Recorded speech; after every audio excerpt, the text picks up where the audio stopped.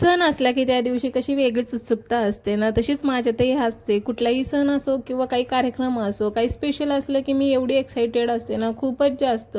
आणि आज होती होळी, तर होळीनिमित्त म्हटलं चला काहीतरी स्पेशल करूया. म्हणजे नेहमीप्रमाणे मी करते ते सणासुदीला किंवा कोणत्या तरी खास दिवशी मी उंबरठा पूजन आणि हळदी लेपन हे करतच असते. तर म्हटलं आजही करूया. त्यासाठी सकाळी उठल्यानंतर घरातली कामं आवरली आणि बसले मी माझं उंबरठा पूजन करण्यासाठी. आणि छान अशी रांगोळी काढलेली, छान म्हणजे माझ्यासाठी तर आहे बरं का. अगोदर खूप छान छान यायच्या, पण आता दररोज काढत नाही, त्यामुळे थोडीशी एडीवाकडी का असाना काढून घेतली. आणि मग निघाले मी दुसऱ्या कामं करण्यासाठी. दुसरे कामं काय, घरातली कामं तर सगळीच आवरून घेतलेली होती.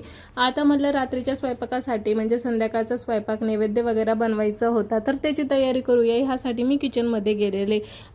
होळीच्या दिवशी सहसा पुरणपोळीचाच नैवेद्य करत असतात, पण घरामध्ये काय मी एकटीच खाणारी आणि आहो तर काही खातच नाही. म्हटलं एवढा थाट मांडायचा आणि खाणारी मी एकटीच, कसं ना सगळ्यांनी जर खाल्लं तर करायलाही उल्हास येतो. त्यामुळे म्हटलं नकोच, आता आपण पुरी भाजीचाच बेत करूया. त्यासाठी मग पुऱ्यांसाठी पीठ मळायला घेतलेलं.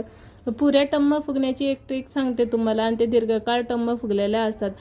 पीठ मळताना त्याच्यामध्ये मीठ टाकायचं, थोडीशी 1 चमचा साखर टाकायची आणि 3 ते 4 चमचे बारीक रवा टाकायचा. पीठ छान चाळून घ्यायचं आणि कमी पाण्यामध्ये मस्त असा घट्ट पिठाचा गोळा छान असं मळून झालेलं होतं माझं. मग एकीकडे कढईमध्ये तेल तापायला ठेवलेलं, तोपर्यंत इकडे मी छान असे पेढे तयार करून घेतले आणि होईल तेवढ्या पुऱ्या पण लाटून घेतल्या. म्हटलं तेल तापेपर्यंत आपण पुऱ्या लाटून घेऊया, कारण ज्यावेळेस आपण तेलामध्ये पुऱ्या सोडतो त्यावेळेस एका पुरीकडे लक्ष द्यावं लागतं तळताना, आणि इकडे लाटणं पॉसिबल होत नाही म्हणजे जास्त पटपट. त्यामुळे ना मग थोड्याशा पुऱ्या पण लाटून घेतल्या आणि त्यानंतर पुऱ्या तेलामध्ये सोडून मस्त अशा तळून घेतल्या. आणि पुरी ही कमी तेलकट होण्यासाठी तुम्हाला आणखीन एक ट्रिक सांगते बरं का. फक्त पुरी एकदाच पलटायची, म्हणजे पहिल्या बाजूने टाकलो ना पूर्ण तळून घ्यायची आणि त्यानंतर तिची बाजू पलटून घ्यायची. मग असं केलं ना पुऱ्यामध्ये तेल जास्त घुसत नाही आणि त्या कमी तेल पितात आणि छान अशा होतात आपल्या कमी तेलकट पुऱ्या. सगळ्या पुऱ्या मस्त अशा बनवून घेतल्या आणि तळून पण घेतल्या. इकडे माझ्या पुऱ्या तर छान अशा टम्म फुगल्या होत्या आणि छान करूनही झालेल्या होत्या.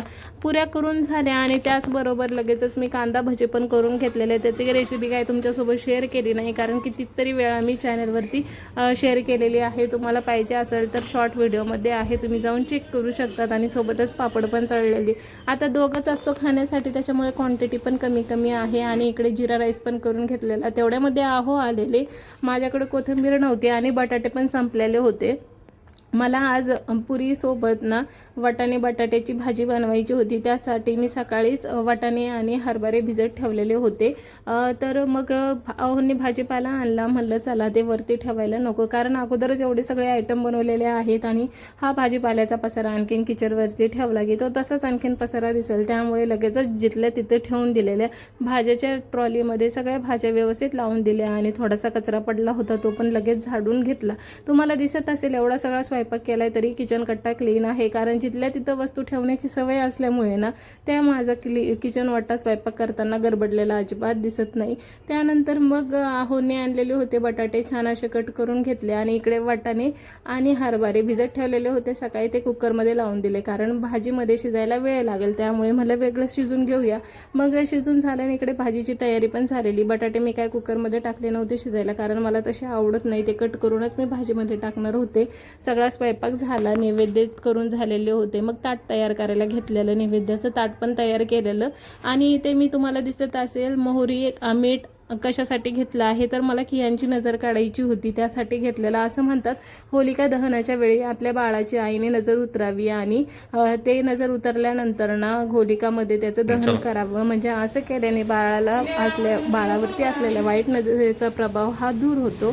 त्यासाठीच मी हे घेतलेलं. आणि थोडा वेळ होता, कारण 8 वाजता होलिका दहनचा टायमिंग दिलेला होता. मग तोपर्यंत म्हटलं किचनवरती पसारा कशाला ठेवायचा, भांडे पण लगेच घासून घेऊया, कारण तिथं गेल्यावरती बराच वेळ लागेल. आणि त्यासाठी मग मी सगळे कामं आवरून खाली निघालो होलिका दहनाच्या पूजेसाठी. होलिका तयार केलेली होती आणि पेटवली पण होती. होलिकेला हळदी कुंकू वाहिलं, नैवेद्य दाखवले आणि त्यानंतर 5 प्रदक्षिणा मारल्या. आणि देवीला फक्त एवढंच म्हणले की जे काही दुःख असतील ते सगळे जाऊ दे आणि फक्त तुझा आशीर्वाद कायम असू दे, ज्या वाईट नजरा असतील माझ्या बाळावरती ते दूर होऊ दे, अशीच देवीला प्रार्थना केली आणि त्यानंतर प्रदक्षिणा मारून आमच्या घेतलेल्या. सोसायटीमध्ये ना प्रत्येक कार्यक्रम हे खूप छान पद्धतीने साजरे केले जातात आणि त्यावेळेस सगळे एकत्र येतात तर खूप छान वाटतं. माझ्या माहेरी पण असंच असायचं, एक मोठी होळी करायची आणि सगळे एरियामधले लोक तिथे जायचे आणि त्याची पूजा वगैरे करायचे, तर एवढं छान वाटायचं ना. आणि सगळ्यांना तर माहितीच आहे होलिका दहन का करतात म्हणून, तर वेगळं काही सांगण्याची गरज नाही की यांना पण इथं छान असं रेडी केलेलं होतं, एवढा छान दिसत होता ना तो. मागच्या वर्षी त्याच्या बड्डेच्या वेळेस हा ड्रेस घेतलेला होता, तर इकडे तिकडे एवढा मटकत पळत होता ना, त्याला पण असं रेडी केलं ना खूप आवडतं आणि लेकरामध्ये बघून त्याला पण खूपच छान वाटत होतं, त्याने पण खूप छान एन्जॉय केला. आता सकाळपासून जी गडबड चालली होती ती वेळ होती म्हणजे टेस्टिंगची. आता एवढं सगळं बनवलेलं आहे, आता ती खाण्याची वेळ होती, तर छान असं ताट वाढून घेतलं होतं. आणि तुम्हाला जर भाजीची रेसिपी हवी असेल तर मला कमेंटमध्ये सांगा, एवढी टेस्टी झालेली होती ना, मस्त असं आम्ही त्याच्यावरती ताव मारला. आणि तुम्हाला व्हिडिओ आवडला असेल तर नक्की सबस्क्राईब करायला विसरू